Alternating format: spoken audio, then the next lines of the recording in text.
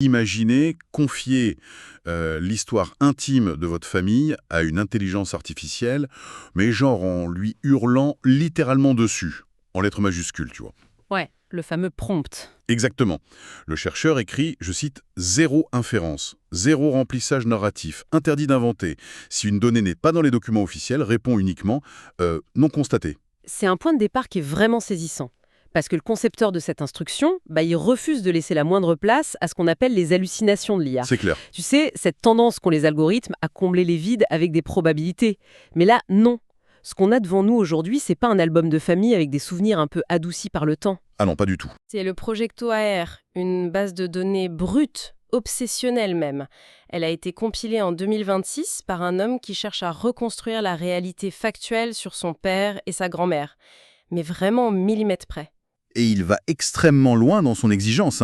Il interdit formellement à sa machine de supposer des prénoms, de corriger des dates qui semblent illogiques, même de déduire des spécialités médicales sans preuve primaire. Ouais, la rigueur absolue, quoi. C'est ça. Et nos sources pour cette plongée, elles sont hyper variées.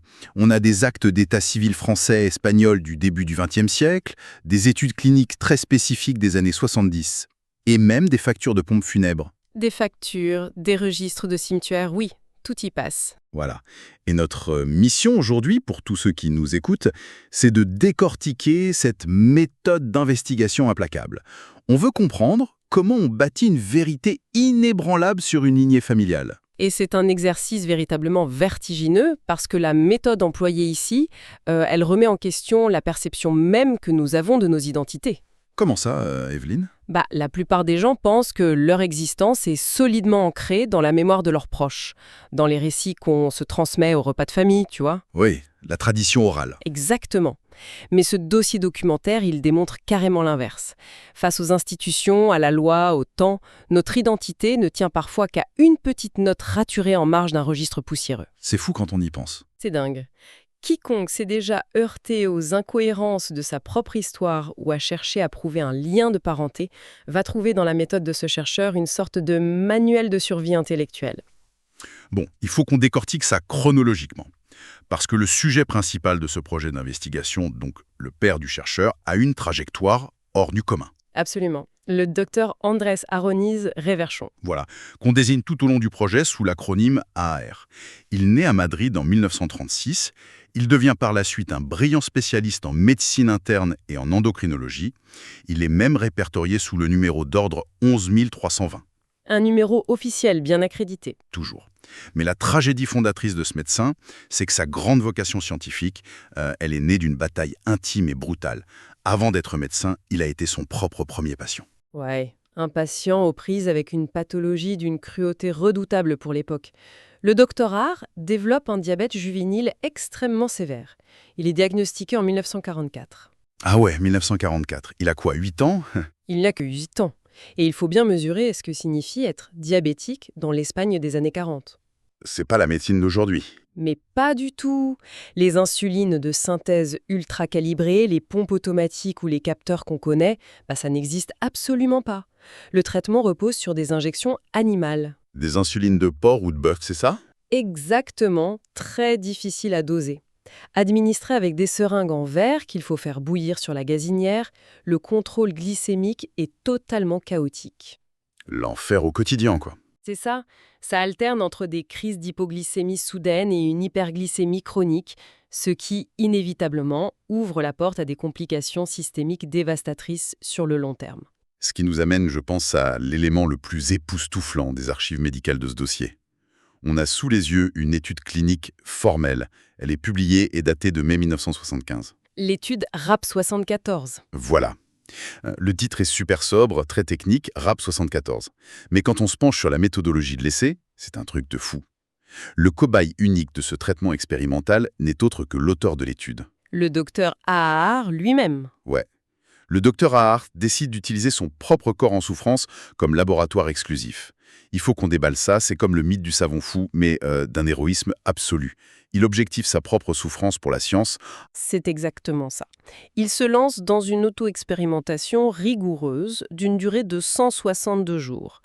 Et pour comprendre l'urgence désespérée de cette décision, faut analyser son état clinique, qu'il décrit lui-même d'ailleurs très froidement dans les documents. Qu'est-ce qu'il dit sur son état à ce moment-là? En 1975, il a 38 ans et les ravages de 30 années de diabète sont profonds. Il souffre de cataracte bilatérale. À 38 ans? Oui. L'une d'elles a d'ailleurs commencé à détruire sa vision à l'œil gauche dès l'âge de 17 ans. Purée, hyper jeune. Mais la complication la plus invalidante à ce moment-là, pour lui, c'est un syndrome de claudication intermittente sévère. Bon, pour ceux d'entre nous qui ne naviguent pas tous les jours dans la terminologie vasculaire ou médicale, qu'est-ce que ça implique concrètement dans le quotidien d'un homme de 38 ans? Mécaniquement, ses artères se sclérosent et se bouchent progressivement à cause du taux de sucre constant dans son sang. D'accord. Le flux sanguin n'arrive plus correctement à ses membres inférieurs. Et physiquement, ça se traduit par des douleurs musculaires foudroyantes, comme des crampes inextinguibles dès qu'il sollicite ses jambes pour un effort. Donc marcher devient une torture. C'est ça. Le dossier note, toujours avec cette froideur clinique, qu'il est incapable de monter plus de 20 marches d'escalier consécutives. 20 marches et même pas un étage. Non, son périmètre de marche est drastiquement réduit. Le médecin, qui est dans la fleur de l'âge professionnel, est physiquement emprisonné par la dégradation de ses vaisseaux. Et face à ce mur physique, il teste ce fameux RAP74. C'est un traitement médicamenteux oral expérimental. Et les résultats chiffrés sur ces 5 mois, c'est fascinant. Ah oui, c'est spectaculaire. On n'est pas du tout dans le témoignage vague d'un patient qui se sent un peu plus en forme. Il objective sa rémission point par point. Sa dose quotidienne d'insuline injectée est divisée par 2. Elle tombe de 48 à 24 unités par jour. C'est énorme. Et son acuité visuelle à l'œil droit mesurée sur les échelles ophtalmologiques, elle remonte de 0,40 à 0,80. Et concernant sa capacité de mouvement, le blocage douloureux aux 20 marches disparaît totalement. Il documente, preuve à l'appui, pouvoir gravir entre 100 et 120 marches sans devoir s'arrêter. une véritable résurrection physiologique, quoi. Oui, donc chaque étape est documentée avec la distance d'un scientifique qui observe une boîte de pétri. Et cette approche très analytique de la maladie, elle met en lumière l'influence d'une autre figure historique du dossier, le docteur Gregorio Marañón. Une pointure de l'époque. Une immense sommité de la médecine espagnole au XXe siècle.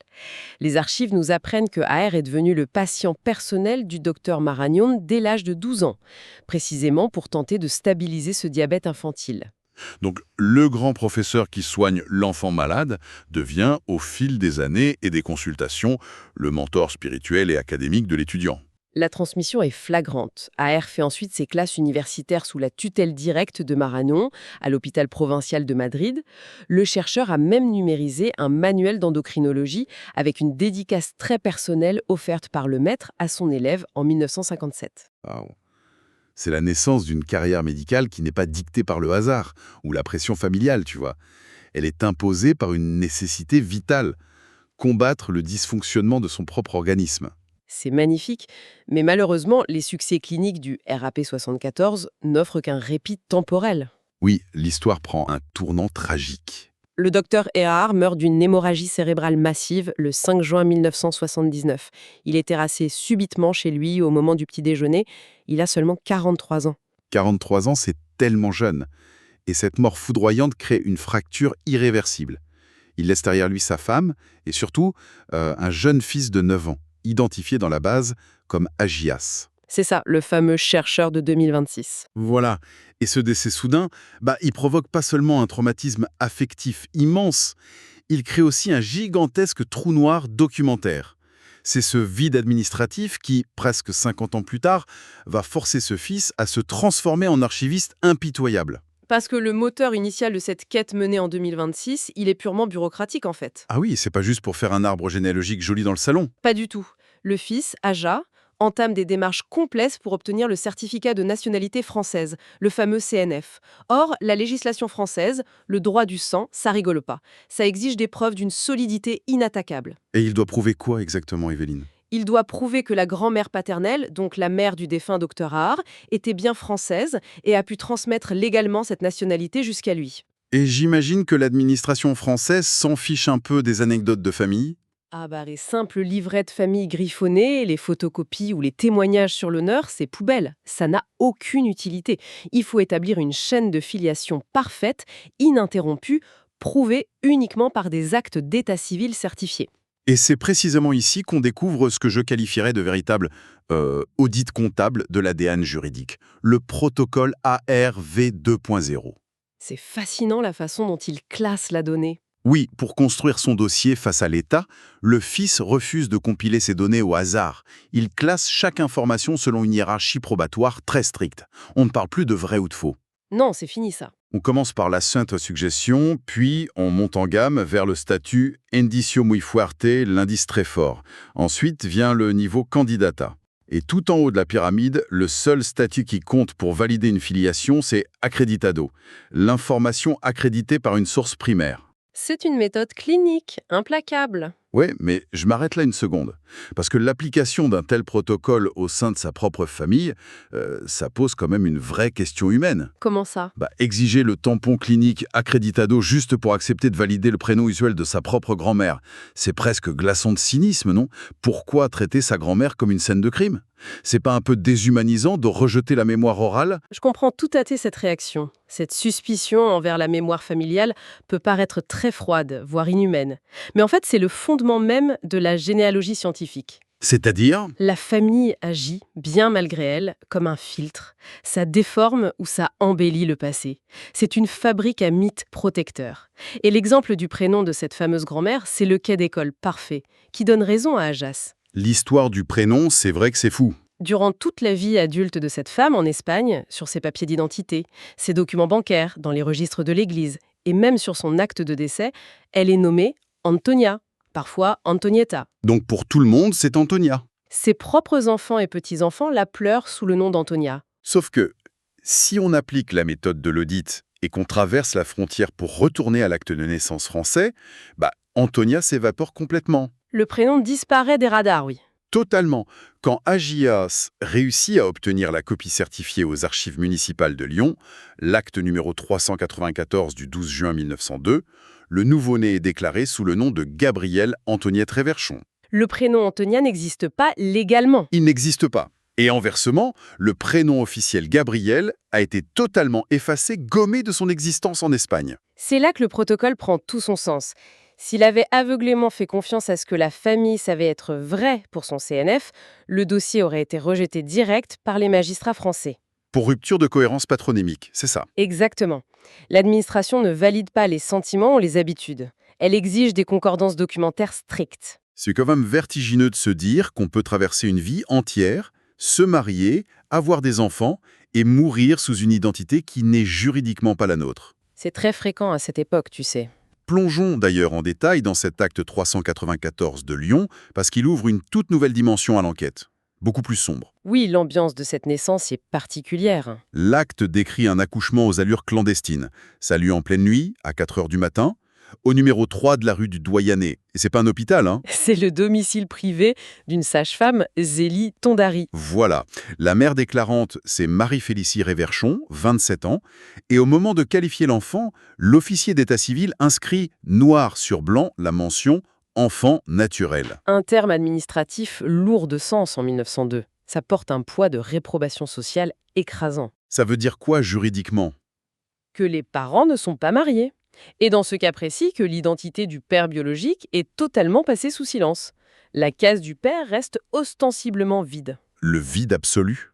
Et ce concours de circonstances, tu vois, accoucher chez une sage-femme, en pleine nuit, dans une grande métropole plutôt que dans son village d'origine, Pour se cacher.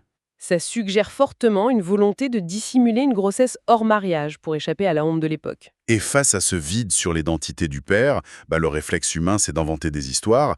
Et c'est là que l'intransigeance d'Agéas face à son IA prend tout son sens. Quand il ne sait pas, il crée ce qu'il appelle des contradictions actives. Des bugs non résolus. C'est ça. Il documente la contradiction ARRC1. Pourquoi? Parce que, bizarrement, dans les formulaires espagnols remplis des décennies plus tard, un père sort soudainement du chapeau.